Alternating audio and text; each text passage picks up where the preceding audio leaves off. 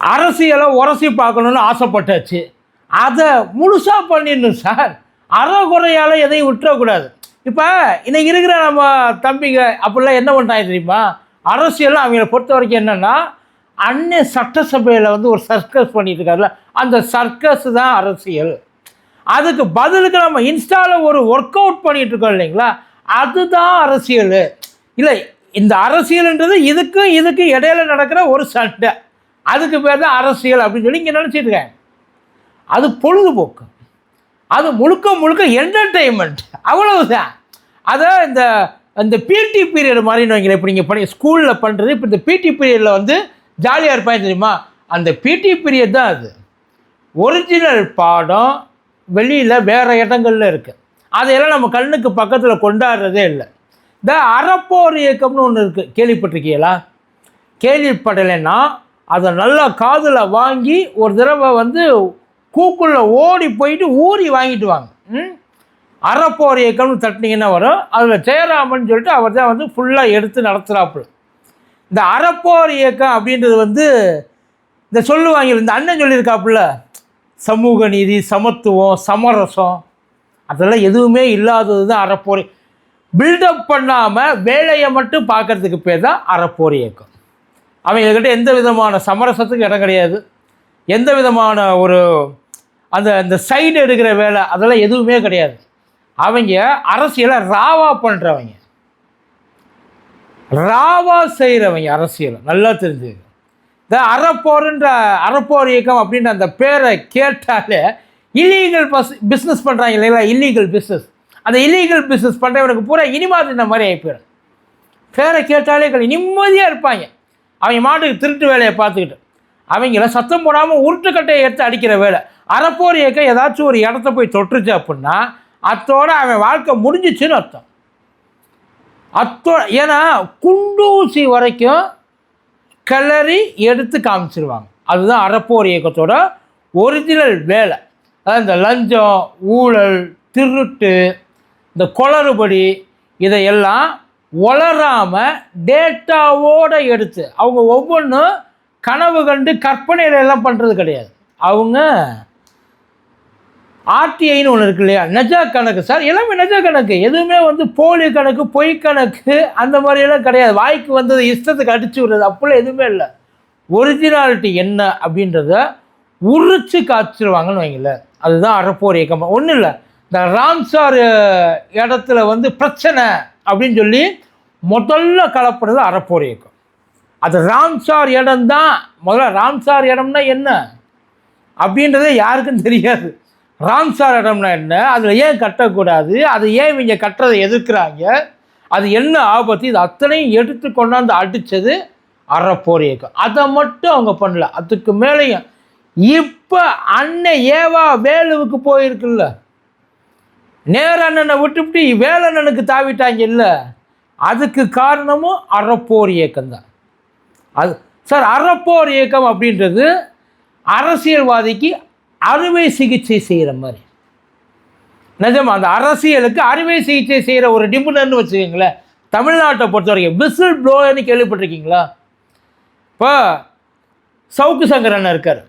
சவுக்கு Sankaran whistle ப்ளோயராக இருந்திருக்கார். ஆனால் அந்த விசில் ஊதுறதுக்கு ஒரு விலை கொடுக்கப்பட்டது இல்லை, எல்லாம் சொல்ல வர ஒரு சார்பாக இருந்து அண்ணே ஊதுனார். அது கேட்டதுக்கு ஒரு காரணம் வேறு சொன்னார். என்ன காரணம் சொன்னார்னா, நான் வந்து எப்பயுமே ஆளுங்கட்சி, அதிமுக வந்து ஆளுங்கட்சியை வந்து இருந்தப்போ நான் எதிர்த்தேன், இப்போ திமுக ஆளுங்கட்சியாக இருக்கிறப்ப எதிர்க்கிறேன், அடுத்து யார் ஆளுங்கட்சியாக வந்தாலும் எதிர்ப்பேன். அதான் இதுதான் வந்து அண்ணன் கொடுத்த விளக்கம். அந்த விளக்கமெல்லாம் எங்களுக்கு நல்லாவே தெரியும், நீ எதுக்கு வந்து இதையெல்லாம் பார்க்குற அப்படின்ற. ஏன்னா இன்வெஸ்ட் பண்ணவே கூப்பிட்டு வச்சு கேள்வி கேட்பான். நிஜமா சார், தட்ஸ் ட்ரூ. ஆனால் அறப்போர் இயக்கம் யார் என்ன பண்ணாலும் இந்த இப்போ ஒரு விஷயத்தை எடுத்துக்கொண்டாந்து கொடுத்துருக்குறாங்க. இப்படி ஒரு விஷயம் இருக்குன்னு யாருக்குமே தெரியாது. அந்த பயனை அடைஞ்சவங்களுக்கும் அந்த பயனை அடைய விட்டவங்களுக்கு மட்டும்தான், அந்த 2 பேருக்கான டீலிங் தான் அது. சத்தியமாக வெளியில் எவனுக்குமே தெரியாது. நம்மளாம் நீட்டுக்கு எவ்வளோ தூரம் கஷ்டப்படுறோன்றது தெரியும். எவ்வளவு பேர் வந்து இதனால் வந்து பறந்துருக்குறாங்க உலகத்தை விட்டு அப்படின்றது தெரியும். ஆனால் முடித்ததுக்கப்புறம் மேற்படிப்புன்னு ஒன்று இருக்குது. அதாவது எப்படி யூஜி படிக்கிறதுக்கு கஷ்டமான ஒரு வேலையோ, செலவு ரொம்ப கஷ்டமோ, அதே மாதிரியே பிஜி பண்ணுறதுக்கும் பயங்கர கஷ்டம். அந்த பிஜியில் கவர்மெண்ட்டில் யூஜி முடிச்சுட்டு கவர்மெண்ட் டாக்டராக வேலை பார்க்குறாங்க இல்லைங்களா, அவங்களுக்கு ஒரு ஆப்ஷன் இருக்குது. அந்த ஆப்ஷன் என்ன அப்படின்னா, அவங்களுக்கு ஒரு சலுகை, ஃபீஸில் கொஞ்சம் லிபர்ட்டி கவர்மெண்ட்டு கொடுக்குது சார். கொடுத்து வச்சு படிக்க வச்சு எதுக்காக பண்ணுதுன்னா, ஆல்ரெடி அரசாங்கத்தில் வேலை பார்க்குறான். அப்படி அரசாங்கத்தில் வேலை பார்க்குறவன் கண்டிப்பாக தொடர்ந்து அரசாங்கத்தில் வேலை பார்ப்பான் அப்படின்ற ஒரு நம்பிக்கையில் வெறும் வாய் வார்த்தையில் மட்டும் இல்லை, பாண்டில் கையெழுத்து போட்டு வாங்கிட்டு தான் போகிறாங்க. இந்த மாதிரி போனதில் படித்து முடித்ததுக்கப்புறம் திரும்பி இவங்க அரசாங்க ஆஸ்பத்திரி பக்கமே வர்றது இல்லையா. ஆனால் அதை படிக்கிறதுக்கு யூஸ் பண்ணிக்கிட்டது தமிழ்நாட்டு அரசாங்கத்தை, தமிழ்நாட்டு மக்களோட வரிப்பணத்தை, தமிழ்நாட்டு மக்களோட நம்பிக்கை. அதை இவங்கெல்லாம் திருப்பி வருவாங்கன்னு சொல்லி தானப்பா வர்றவங்க பாதி பேர் ரிட்டர்ன்.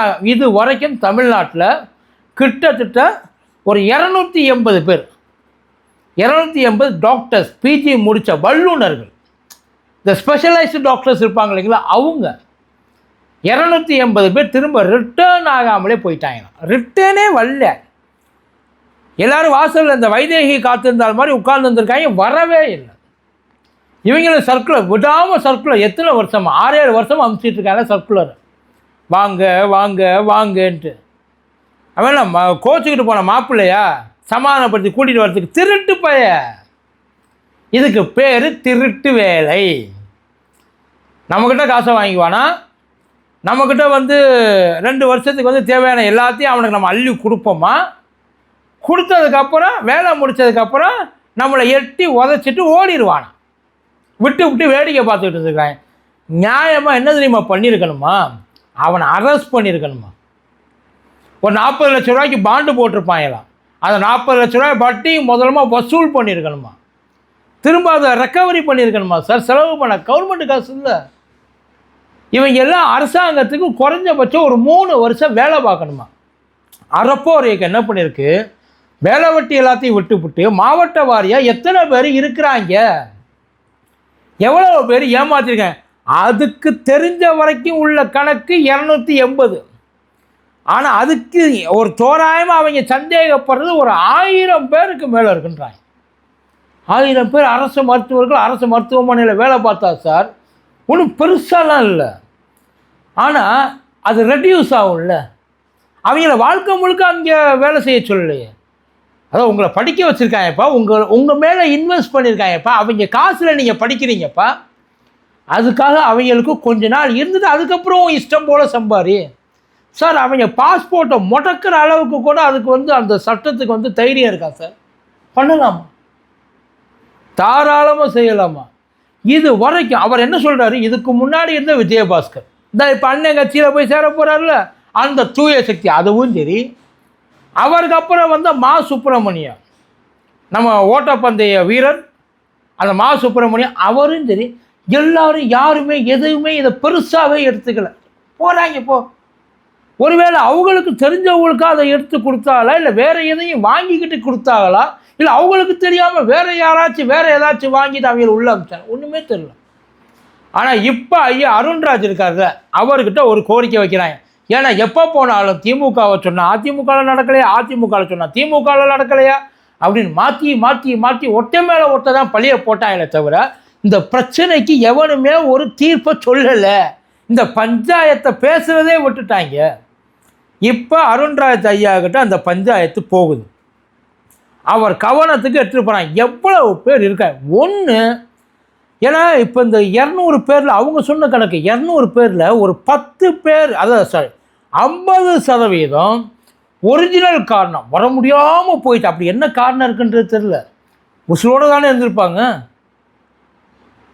இல்லை கை கால் எதுவும் அடிபட்டு வெளியில் நடமாட முடியாதபடி இருந்திருக்கா. ஏன்னா இதெல்லாம் லாஜிக்கான ரீசன். வர முடியாது அங்கே ஆஸ்பத்திரி, நான் உட்காந்து என் வீட்டில் உட்காந்து வேலை பார்க்குறேன், அதெல்லாம் நியாயம். வேறு என்ன காரணத்தினால 100 பேருக்கு அவங்க சொன்னாங்கன்னு தெரியல. அறப்போர் இயக்கமே இதில் ஏதாச்சும் அப்படி இப்படி வேலையை பார்க்குறதுன்னு தெரியல. ஏன்னா எப்படி 100 பேர் கணக்கு எடுப்பிய. ஆனால் அவங்க சொன்ன ஒரு தோராய கணக்கு 100 பேர் விட்டு பேலன்ஸ் இருக்க 100 பேரை எடுத்தாலுமே அரசாங்கத்துக்கு 50 கோடி ரூபாய் வருமானம் வர. இப்போ எவ்வளவு பேர் மருத்துவர்கள் போராடிக்கிட்டு இருக்காங்க. யோசிங்க. அவங்களாம் என் சம்பளத்தை ஏற்றி கொடு, என் சம்பளத்தை ஏற்றி கொடு, செவிலியர்கள் போராடுறாங்க, எங்கள் சம்பளத்தை ஏற்றி கொடுங்க, எங்களையும் ஆளா மதிங்க, எவ்வளோ பேசுகிறாங்க. ஆனால் எதை பற்றியுமே கவலைப்பட. ஆனால் இந்த பிரச்சனையை பற்றி எவனா சொத்தம் பேசியிருக்கானா? சார் இது வல்ல, இது நிர்வாக கோளாறு, இது தமிழ்நாட்டு மக்களை ஏமாற்றத்துக்கு சமம். அவங்க காசில், அவங்க ரத்தத்தில், அவங்க வேர்வையில் சிந்தி அவங்க படிக்க வச்ச காசு அது. அவங்க எல்லாம் வந்து கடமைப்படணும், வந்திருக்கணும். வல்லையே. அதனால் இந்த மாதிரி ராவான, ரொம்ப ஸ்ட்ரைட் ஃபார்வர்டான, யாருக்கும் யார்கிட்டையும் எந்த அழுத்தத்துக்கும் அடிபணியாமல் திமிராக எழுந்து நின்று பேசுகிற சில பேர் இருக்கிறாங்க.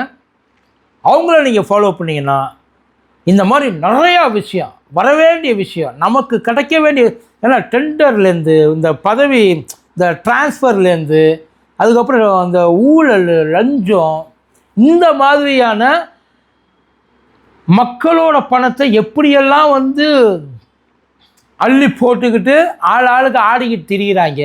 இது அத்தனையும் தெளிவாக புரிகிற மாதிரி வித் எவிடன்ஸோடு சொல்லுவாங்க. அதனால் அரசியல் பழகணும் அப்படின்னு நினைக்கிறவங்க, தெரிஞ்சுக்கணும், புரிஞ்சுக்கணும், அரசியலை ஒரு ஃபியூச்சராக நினைக்கிறவங்க. அதே விஜய் சாரை பார்த்ததுக்கப்புறம் அரசியலை பெரிய ஃபியூச்சர் வந்துச்சு. இட் பிகம் அ ப்ரொஃபஷன் இப்போ. அதனால் அதில் நீங்கள் வந்து நல்லா ஸ்கோர் பண்ணணும் அப்படின்னா இந்த மாதிரியான சில விஷயங்கள். பட் இது வந்து நல்லா தெரிஞ்சவங்க சர்பத் மாதிரி இனிப்பாக நேரமும் இருக்காது. அந்த பக்கம் திரும்புகிற கத்தி திடீர்னு இந்த பக்கம் திருப்பி உள்ளே இறக்கிடுவாங்க. அறப்போருக்கு அதெல்லாம் பழக்கம். எந்த பக்கமும் சாராத ஒரு அமைப்பு அறப்போர் அப்படின்னு நான் நினைக்கிறேன். இது வரைக்கும் அப்படி தான் இருந்திருக்காங்க, இனிமேலும் அப்படி இருப்பாங்க அப்படின்றத நான் முழுசாக நம்புகிறேன். அதனால் நீங்களும் அதை பாருங்கள்.